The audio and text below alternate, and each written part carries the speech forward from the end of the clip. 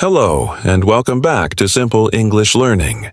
Today, we're doing something a little different.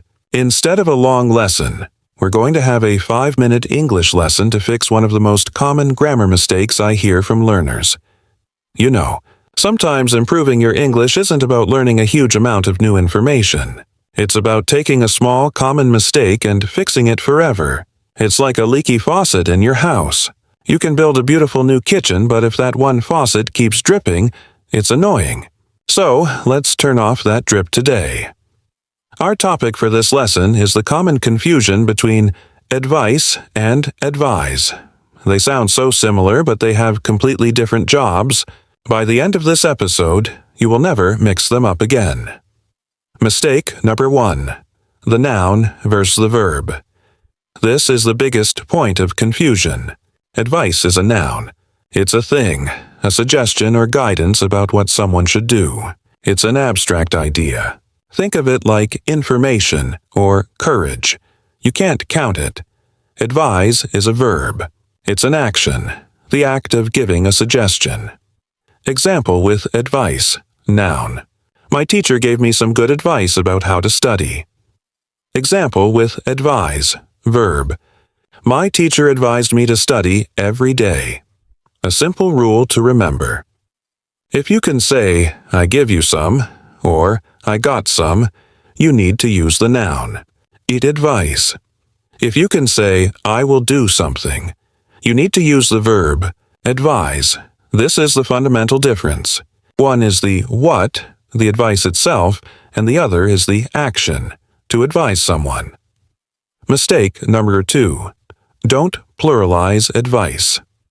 This is a common error. Because advice is an uncountable noun, you can't add an S to it to make it plural. You can't say, he gave me 2 advices. That's incorrect. So, how do you talk about more than one piece of advice? You use a different phrase.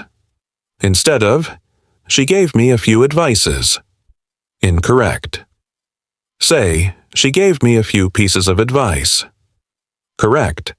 Other phrases you can use include a bit of advice, a word of advice, some advice. Remember, advice is always singular, even if it represents many suggestions. Mistake number 3. Pronouncing them correctly. The final part of fixing this mistake is pronunciation. The difference is subtle, but it's important. Advice, noun. The C makes an S sound. It rhymes with ice. Advise, verb. The S makes a Z sound. It rhymes with rise. Say them with me. Advice with a clear S sound. Advise with a clear Z sound. Practicing the sounds will help you remember the spelling and the function of each word. Your 5-minute challenge. All right. Your lesson is almost complete. Here's your challenge for today. Think of some advice you've received recently.